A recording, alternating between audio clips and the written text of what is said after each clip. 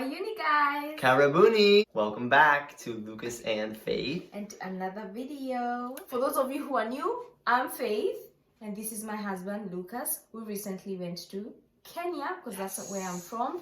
And we enjoyed it. And today we are going to talk about Culture shock. And my experience in Githurai. Well, those of you who don't know, I am from Githurai. I was born in Kenyans call it Isiri, but it's Eastleigh. I was born in Eastleigh, and then when I was either 1 or 2 years old, I can't read.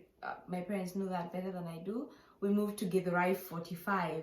So I'm from Githurai 45, and when we visited Kenya, that is where Lucas and I stayed.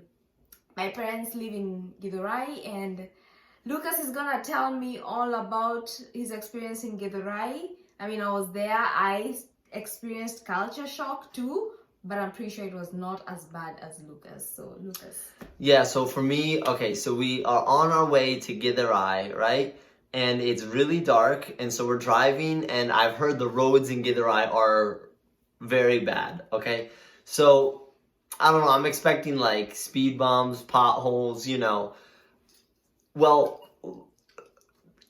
culture shock hit me like in the face, literally, because I'm driving down the road into Githurai, right? And it's nighttime. I'm trying to get a view of like my surroundings, and so I have my head against the window, and we turn onto the road, and we hit a bump, and my head smacks the window so hard because of the bump. I learned real quick, okay, like don't stand that close, don't sit that close to the window because I got smacked. So that was the first like shock right there. That was like a great welcome to Githurai. So if you've never been to Githurai, the roads are actually... Please, who is the MP for Nani MP wa Githurai? Who is the MP responsible, or whoever is responsible for Githurai? Because you need to make sure the roads are good. Shame on you, because you need to make sure those roads are actually good. My husband nearly lost his brains. Yeah, the little that I had.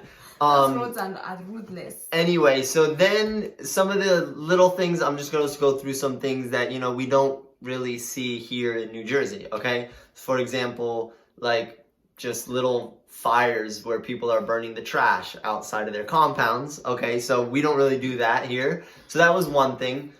Chickens just walking around, okay? And the occasional cow, yeah, you had the occasional ng'ombe. What is goat in Swahili? Nyama choma. What? Mbuzi. Mbuzi? No, it's nyama choma. No. Mbuzi. I see a goat and I see nyama choma. What is kondo in Swahili? Kondo? What is sheep in Swahili? Kondo? Good. Okay. Give me that. Goats and sheep and cuckoos just walk around like that, and cows, but they know to go back home at 6. Unreal. That's why if you're home, I remember when I used to live in Kenya, my mom used to tell me, Gokoshi gerire otana kinyamoshi, because even the chicken know how to come back at 6. But me, nyagodie, they don't know how to come home at 6. Then we've got the dust. I don't know. I don't think this is unfair because this isn't Githurai culture necessarily. Is it? Is this culture shock? When we talk about culture shock, is the dust culture shock, or is that just? It should be culture shock because there's no. No, that's like regional. That's like. That's like. I don't know. Maybe it's not characteristic of just Githurai or Kenya. It's just that area. There's some places that don't have dust, like Runda. I don't know if Lavington has dust.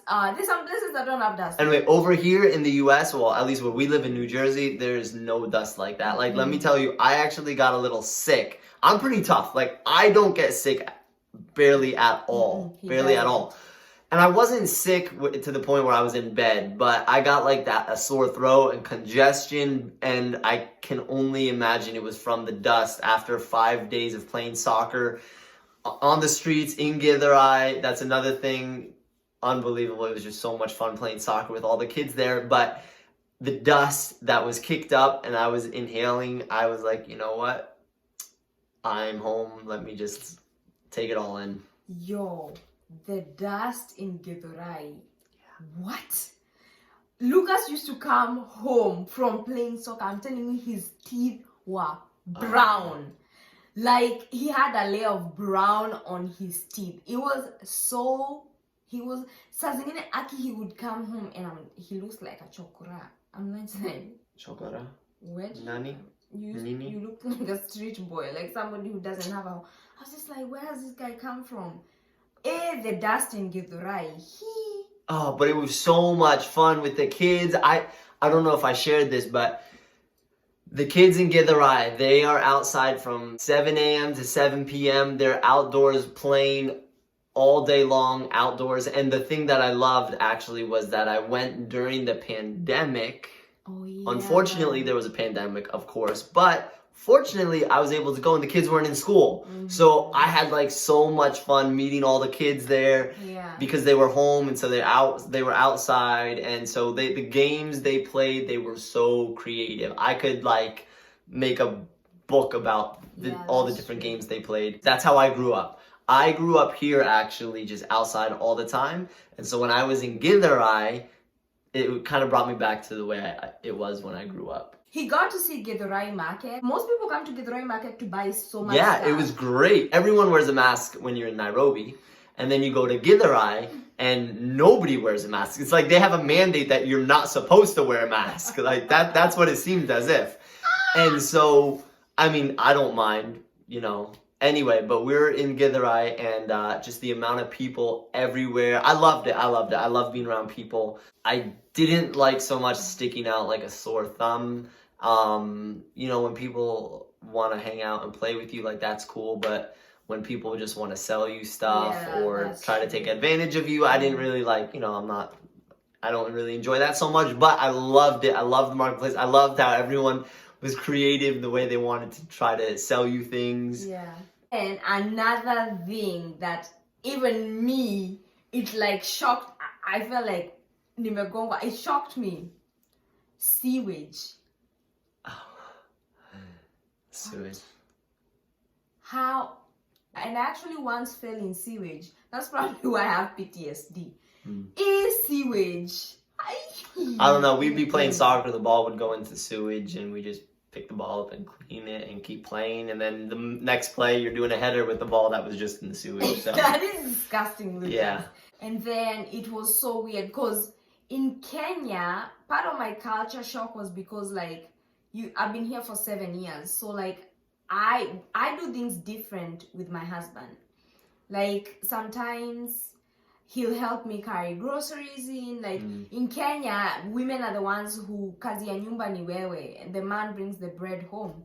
So we were going, I don't know where we were going, and Lucas decided to help my aunt carry a kiondo. So he's busy carrying a kiondo, and this guy, you're in the middle of the road, is screaming at me, "You're not supposed to be letting your husband do that!" Okay, now in English? He was screaming, "You're not supposed to be having your husband carry that. You're the one who's supposed to be carrying the kiondo for him." These American ladies, I was just like, "Excuse-moi, what did you just say? You want to come say it to my face?" I didn't say that. He said it to your face. He did say it to my face, but I was just like, that is crazy. Do you see my size? Do you see his size? Who should be carrying it, me or him? And then also like, I can't remember where we went. Me, I served my own food and then I sat down and everybody was like, "You ain't gonna serve your husband?" It's a big no-no. And I'm just like, he got feet. And I was just like, "You ain't gonna serve your husband?" I loved it. That wasn't one thing that I serve. Culture shock? I wasn't shocked. Don't get me wrong. I cook for him and I serve him, don't I? In Kenya or here? Here. Lucas, where? You cook for me. You serve me. Yeah, you do. Not all the time. You do. Not you all do. the time. Yeah, you do. Because I'll serve him and he'll be like, "Oh, this is too much." Or sometimes I'll serve you and you're like, "Oh, like I don't know how much to serve you." So I serve myself and then I nakaa chini. But in Kenya? And then he has to serve himself. But in Kenya, it was totally different. That is one thing I had to like try and adjust. And then like washing of hands, you have to start with your husband. I once started with my cousin and a friend, and they were like, you gotta wash your husband's hands first, and I was just like, I love that the way they wash hands. To New Jersey. The way they washed hands in Kenya was just so, I don't know, it was so beautiful. The way like they served each other with bringing the sufuria. Oh, it's a bowl. What's a sufuria? Sufuria is a pot to cook. A pot to cook. Oh, my bad. Okay, they brought like this bowl, and then they had a pitcher of water, and it was just so beautiful. And then they had the towel that you like dry your hands with.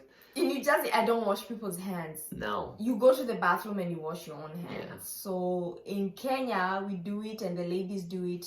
They wash people's hands, and I'm just like, bruv, you know where the sink is. Just go and wash your hands. But I guess, you know, people are looking at me crazy because I don't even, I can't even, but that to me, that was very hard to adjust to. It was very, even, I remember towards the last day we were going to the airport, and my dad is giving me trouble because Lucas hasn't showered, and I'm like, I already showered. I'm ready to go to the airport. That's on him. He hasn't. That's his body. I was in denial. I didn't want to shower because I didn't want to leave. We have to leave. Why hasn't Lucas showered yet? And I'm like, why don't you scream at him? I don't know. Like, it's, people come to you, the wife. They're like, why is your husband? Why is your husband? And I'm like, my goodness, he's right there. Go and talk to him. I wanted to take the dust of Githurai with me. And a policeman in Kenya, you should be ashamed of yourself trying to get bribes. Culture shock. The policemen. Yeah, policemen here, we don't do bribes at all. Like, it's, you'll get in trouble if you try to bribe somebody here. But in Kenya, you know, it's just, you know, part of the job, part of the, you know. Hongo will be the end of some policemen. It's like you have to bribe it's so crazy because people would see me with Lucas and they would try to hike prices up. We went to buy a skirt, and the lady was like, it's $13. I was not with Lucas, so she told me, oh, the skirt is ready, come get it. I get there, she says $15. That's, so from $1,300 to $1,500. Lucas was there, and I'm like, I don't have $200 extra to give you. Mind you, I think I was holding $2,000 in my hands, like an idiot. Unbelievable. And I'm just like, I don't have $200 to go. That's wrong. I'm just like, give her the $1,500. Lucas is like, it's only $2. And I'm like, she ain't gonna take my $2. Like, no. It is the principle behind it.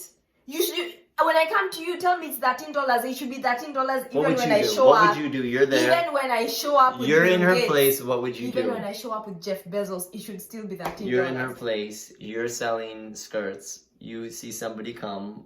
What would you do? I would still keep it at $13, Lucas. You could show up with Jeff Bezos. You'd be very, very tempted to try to sell it for more. But I wouldn't do it.